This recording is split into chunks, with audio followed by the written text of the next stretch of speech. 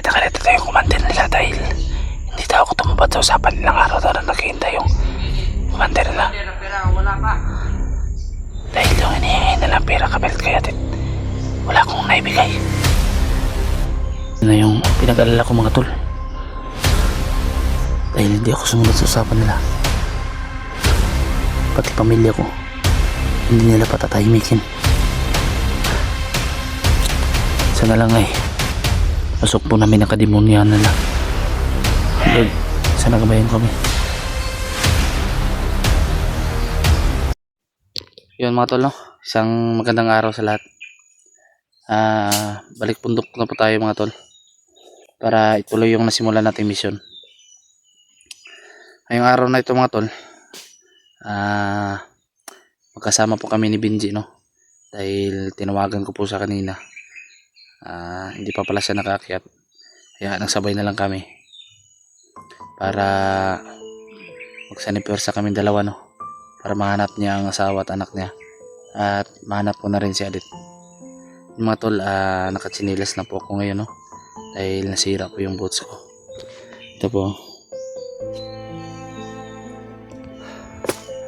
Kaya ang una sa lahat mga tol, no? Nagpapasalamat tayo sa Panginoon sa binigay niyang buhay sa atin, no?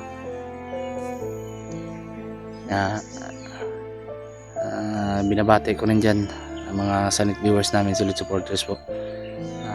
Big shout out po sa inyo lahat. Sa mga kapwa po natin Pilipina, sa lahat po ng mga Muslim, sa lahat po ng mga OFW na nasa ibang bansa po, maligayang araw po sa inyo lahat. At nagpapasalamat din po ako sa inyong walang sawang suporta po mga tol.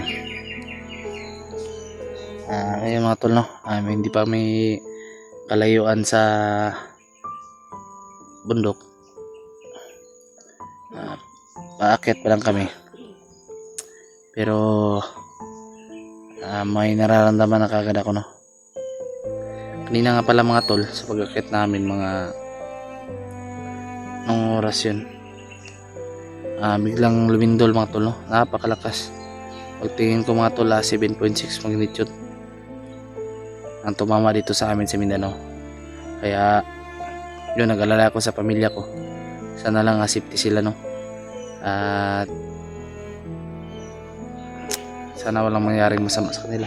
Kanina sana pag lindol mga tol, ayaw ko sanang ituloy yung pag-akit ko ng bundok, kaso malapit na kami, kaya dumiretso na lang kami mga tol. Dahil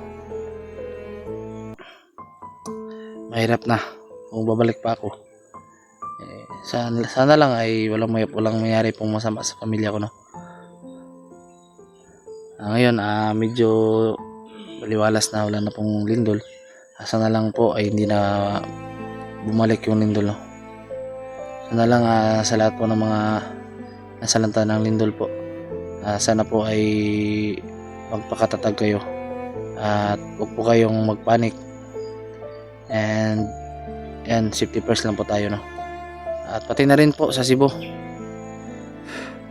dahil yun nga po, may mga kamag-anak po ako sa Cebu. Yung kamag-anak ng mga asawa ko, yung kapatid ng asawa ko at yung papa niya andun sa Cebu. Balak sana nilang pumunta dito, no, sa amin, kaso yun, kulang kami sa ang tawag dyan, pera para may padala doon sa kanila. Gusto sana nilang magbakwit ba, kasi hindi pa rin natapos yung lindol doon. At nandun po sila po yung tinamaan talaga ng lindol po tol, dahil sa North Bugo City po, doon po nakatira yung ang tawag dyan, biyanan ko po at mga kapatid po ng asawa ko.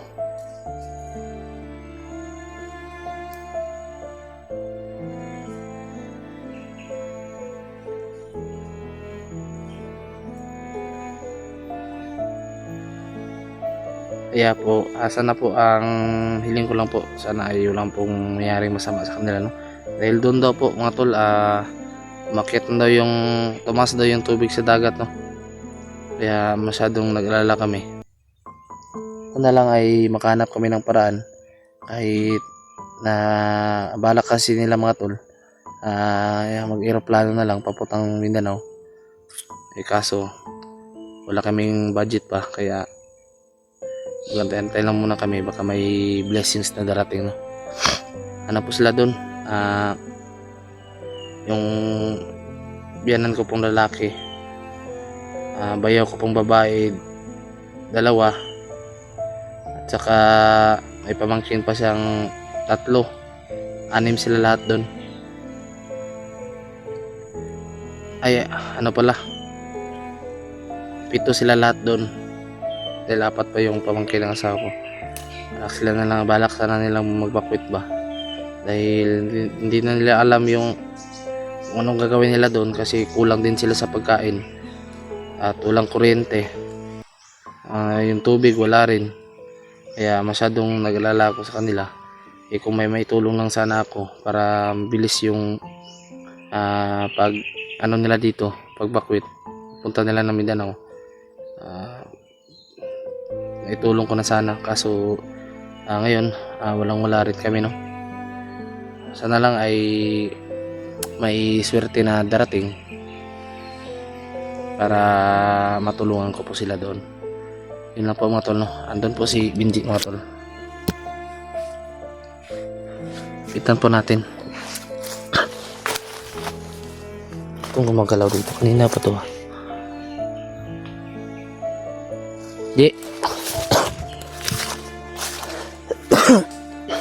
grabe suga sa linog ngayon, ano?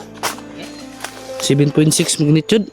7.6? Oh, di ta ko gusto mo dayon tong saka ba mo balik ng tako, pero sugod naman ta. Gani na amot very good. Sud kayo. Muna akong gibalakan pod kay dito mo gud sa Cebu pod. Dito mo jud nag-start ang linog. Ay ang pamilya sa akong asawa ba to mo gud dito. Na gusto pod sila ba nga mobakwit unta. Kaso eroplano sana yung sakyan nila dahil yung barge walang biyahe, yung barko walang biyahe. Wala naman kami pera. Sana lang talaga may blessings na dumating. Sana lang ay ano na rin natin dito yung mission natin, makita natin yung pamilya mo. Si Adit. Nakita ko sa ano ninyo ni Kuya Bads, nagligtas na pala yung anak mo, no? Ano yun, yung babae? Yung babae. Saan mo nilagay yun? Dapat isipti mo yun sa ano? Safety ko na sa lolo niya. Mabuti naman. Saan tayo? Dito tayo? Tara. Dito tayo. Tuloy po kami ngayon mga tol.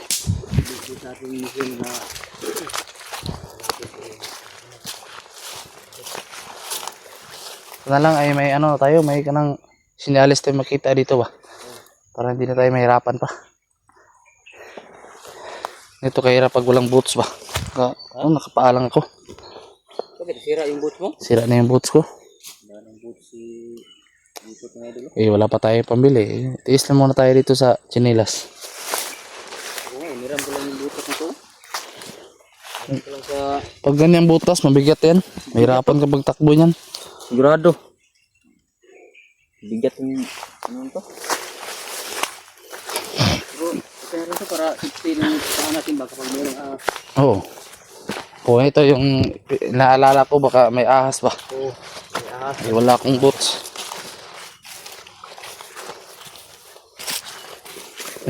Ano dito? Tumbler. Tumbler. Basag na. Unibes.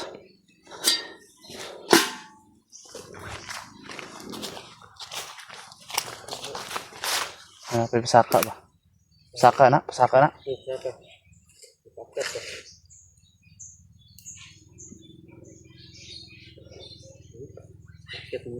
Yung binaanan natin.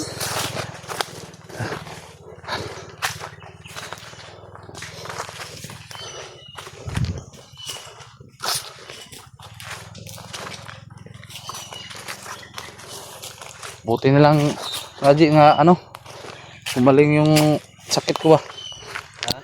Buti na lang gumaling yung sakit ko. Yung mga nakarang araw kasi, biglaan akong bumaba dahil napakasama yung pakiramdam ko. Bigla na lang tumaas yung BP ko at saka lagnat. Inatake rin ako ng asma. Sipon. Kaya pala, ano, tagal-tagal hindi nakabalik.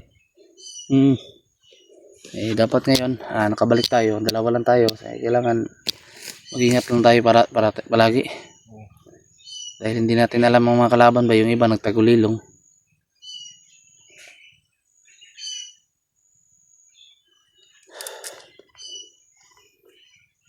Tagal na rin ako hindi nakaakyat kasi yung bata ko ba, lagi umiiyak.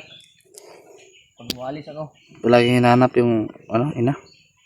Ha? Kailangan makuha na natin yung mag-ina mo. Lagi umiiyak ba? Sado nang umaabuso yung mga bandido ba. Sa akin nga, nakakausap ko naman si Lucas. Hiningaan pa ako ng 15K. Siya naman ako pupulot ng ganyang kalaking pera. Ganyan ka? Kapalit daw sa bihag, 15K. Saan tayo hanap ng ganyan ka natin pera? Nga, tara dito tayo, Ji. Kailangan magmanman tayo.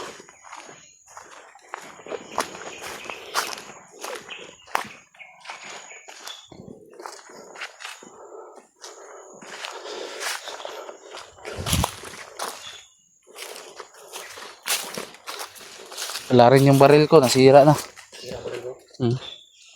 Kaya tayo, wala tayong baril. Hindi pa ako nakabili ng bagong baril kasi wala pang pera. Mahal pa yung mahal naman yung presyo yung baril. Kaya tiis na muna tayo dito. Oh, may taas yung nanda.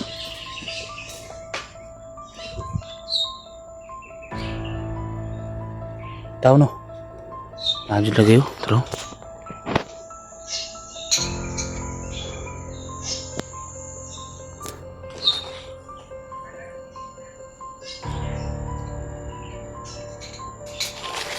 Pitan po. Pitan natin po.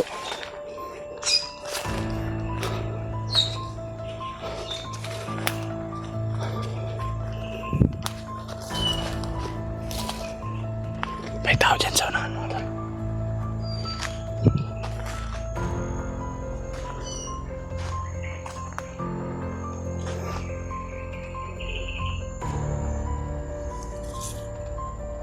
Bro, dali bro.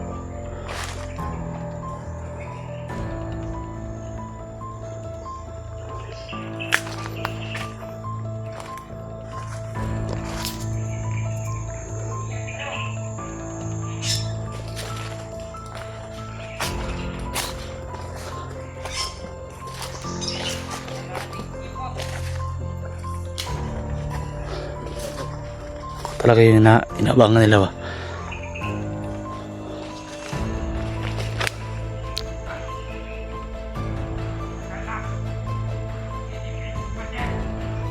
Ano bro? Tagal na nagtitimpi yung commander nila.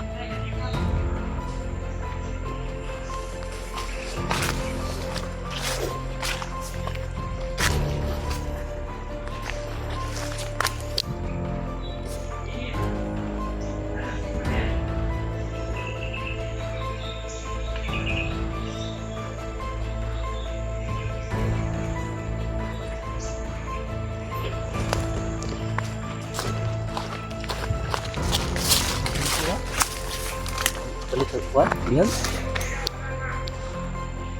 Ano ba? Musok na rin yung galit ng commander nila. Dahil hindi na ako tumupad sa usapan sa 4 na araw na binigay sa akin.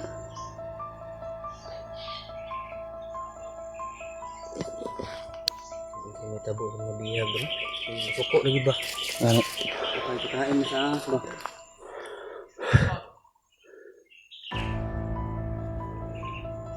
Lapitan natin kunti para makakuha tayo ng impormasyon ba.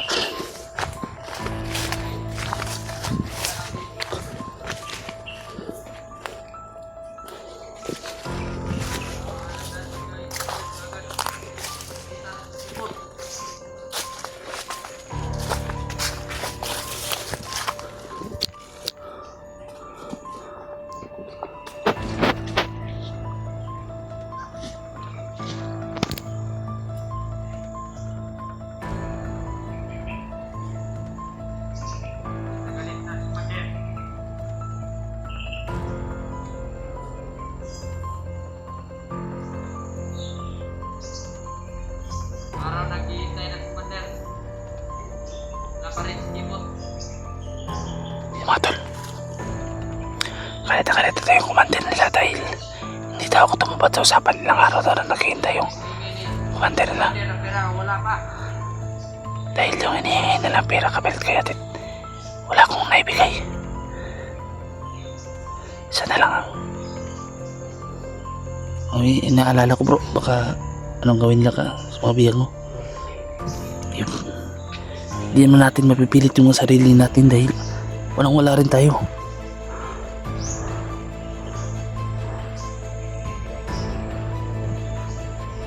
Yan eh.